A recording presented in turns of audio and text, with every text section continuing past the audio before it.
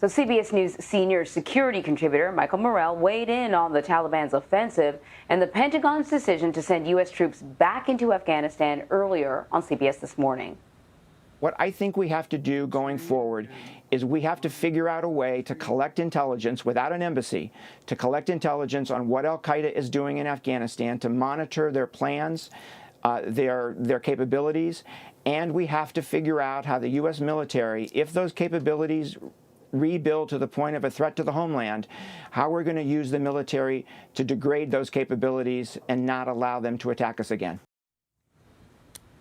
So for more on this, let's bring in Weijia Jiang. She's with us from the White House to get the perspective from the White House.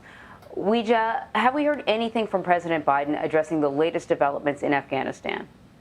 We have not, Anne-Marie. Actually, when we were learning the details about the evacuation of the U.S. Embassy in Kabul, we were inside the East Room with President Biden because he was delivering remarks on something totally separate, prescription drug care prices. But of course, you know, oftentimes when he makes speeches about different topics, he does take questions afterwards. Sometimes he takes questions from several reporters, but we were all shouting at him about Afghanistan, trying to get some clarity about the situation, and he did not engage. So he left the room without saying anything. But we should mention that just a few days prior to that, he answered questions and said that he had no regrets about his decision to withdraw U.S. troops by the end of this month, which of course is what led to all of the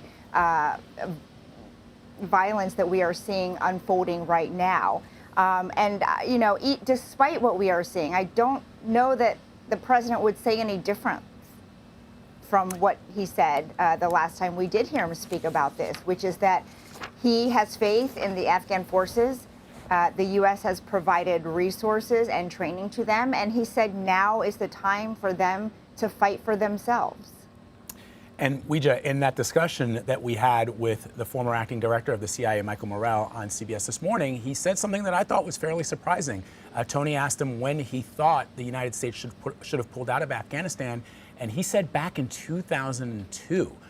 So that is where we are right now, where you have people from the national security apparatus who are suggesting that we have been in Afghanistan way too long, and yet, Mike, I should point out, stress that he does not believe that President Biden should revise his decision to move the troops or to pull our troops out of Afghanistan today. So the question now becomes, how are Republicans and Democrats on the Hill reacting? Well, Republicans have been pouncing since yesterday, even before that, saying that this is a grave mistake. And we have heard several different reactions on Twitter. Wyoming Congresswoman Liz Cheney tweeted some very blunt words for the president, saying America's enemies now know that the slogan "ending endless war" actually means unconditional surrender. And South Carolina Senator Lindsey Graham said all of this is a result of President Biden believing he knows more than his military advisors when it comes to Afghanistan. The worst has yet to come. Of course, this is just two lawmakers out of several that are really voicing their opposition to the president's decision to withdraw troops. And House Speaker Nancy Pelosi, we have learned, has asked for an all-members briefing from the Biden administration on Afghanistan for the week of August 23rd when they return to Capitol Hill and they get back to work. And so it's not just Republicans who have questions. Clearly, Democrats do as well, just to understand you know, probably the path forward here, even though I will say the administration has tried to make that very clear. Even yesterday, putting out spokesmen from both the State Department and the Pentagon to say that, you know, the diplomatic work will continue in Afghanistan. The State Department spokesman said, as of right now, there was no plan to move the embassy out of Kabul, even though we have learned that Canada has shut its embassy down there. You know, the thing about this landscape, and we talked about this earlier, is that it's changing quite rapidly. And I was actually just sort of looking very quickly to see what the position of some Republicans were when this concept was first introduced, the drawdown, which was during the last administration. And even then, I see that Mitch McConnell expressed concern about removing troops. You know, perhaps, Vlad, it's a situation where if we didn't get out, you know, we talked about Mike Morell, if we didn't get out in 2002, now it's just even worse, worse or a more problematic decision to get out, or more difficult to remove ourselves. With the situation changing literally day by day, have we gotten an inkling as to whether or not there are conversations maybe behind the scenes? I don't expect the president to say publicly that he wants to reverse course. But you never know about conversations between the Pentagon and the State Department that may be indicating perhaps not a reversal of course, but a tweaking of the plan. So far, we do not have any reporting that indicates that, not only here, but of course our colleagues at the State Department and the Pentagon, we have not heard that yet. And that's because I think from day one, President Biden has made very clear that this was his decision all along, because his argument is that if we don't get out, we will never get out. So you either have to do it or not do it, because there's never going to be an ideal time. There's never going to be a time, in his view, where the Taliban is going to agree to conditions and be a negotiator in good faith. And so the president said that it is time to leave. And it's not like these images come as a surprise, I think, to the administration. In fact, the U.S. intelligence community assessed that it was only going to be a matter of time, whether it was going to be 6 months or 2 years, to describe when Kabul would eventually fall. And so, again, this, I think, was anticipated. Perhaps the speed at which it is happening is surprising, but the fact that it's happening is not. And so I don't anticipate President Biden would make a full reversal on this, because I think he had a pretty clear picture of what could happen if he decided to withdraw troops. And Weijia, one last question on this before we talk about infrastructure. There are, for some Americans of a certain age, that those searing images of the United States evacuating the United States Embassy during the fall of Saigon in 1975. And, the White House and the Pentagon had to be prepared for a moment like that. The question, of course, is, will these decisions hurt President Biden politically the way they did those presidents in the past?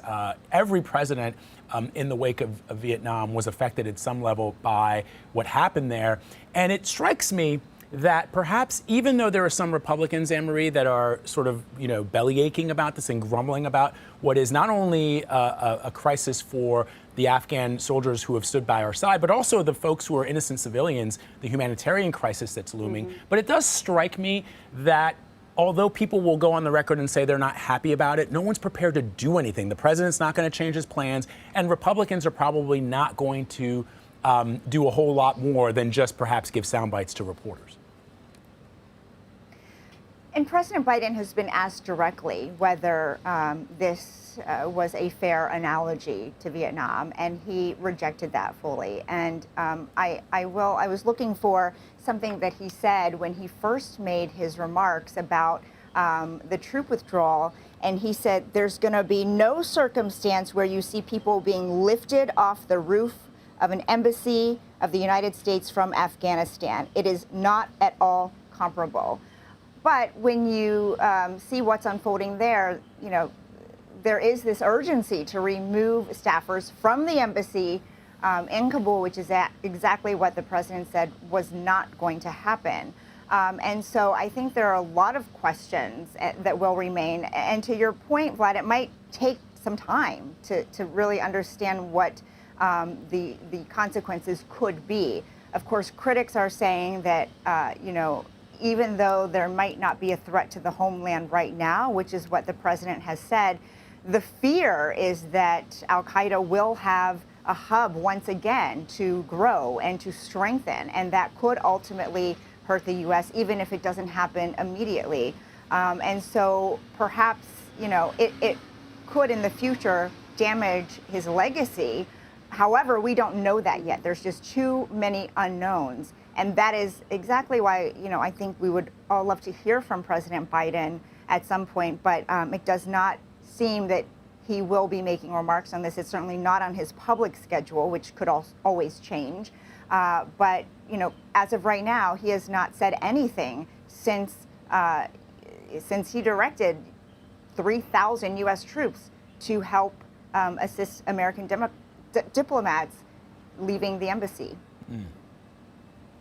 Yeah, and Vlad, I think it's really good that you brought up the Afghan allies, the translators. We've done several stories on the translators trying to get out of the country. And, part of the challenge right now is to get out of the country and get that assistance, you have to make it to Kabul.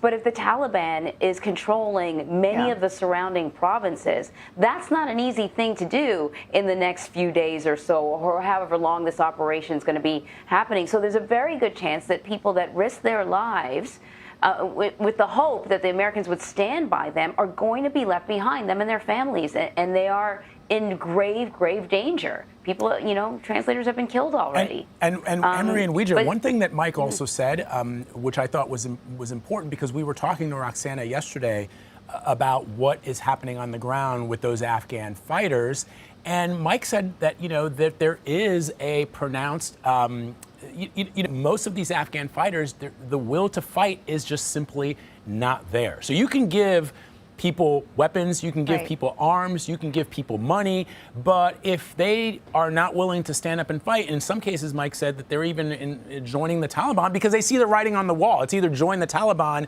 or end up like that one individual who was dragged through the streets of that city. So there's also that we need to sort of take into account when we talk about the blood and the treasure that the United States has spent. Yeah, and that is the administration's entire argument, right? I mean, President Biden, officials have said, look, that they have everything that they need to protect themselves. They don't need us there on the ground with them anymore.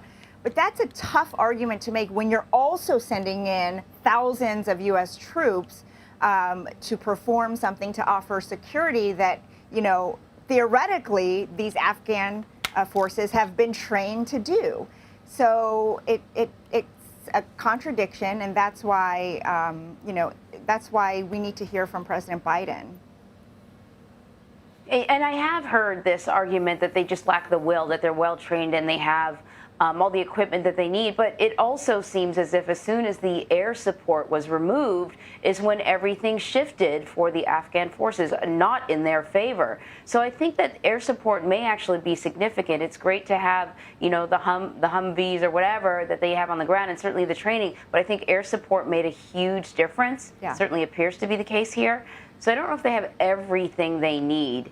Well, clearly not, or else, we wouldn't see the Taliban being able to advance so quickly. I know we've used up a lot of your time already. So let me just get in this infrastructure situation right now. 2 infrastructure bills. We've been talking about them every single day since the president announced what he wanted to happen. We have 2 bills passed in the Senate. They have to move on to the House. There's going to be a meeting of House Democrats at the White House today to discuss how to move forward. What do we know?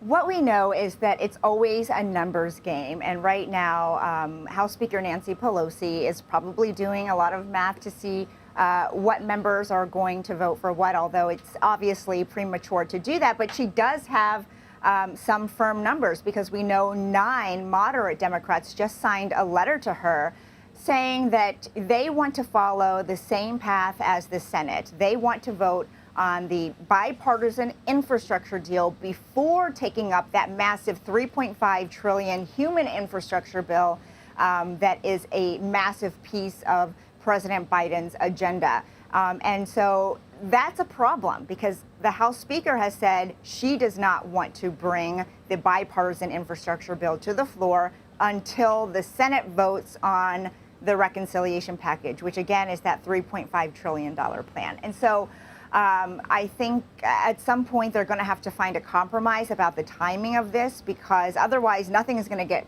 brought to the floor, right? And so, or if it does, it's not going to have the support that it needs, the numbers that it needs to pass.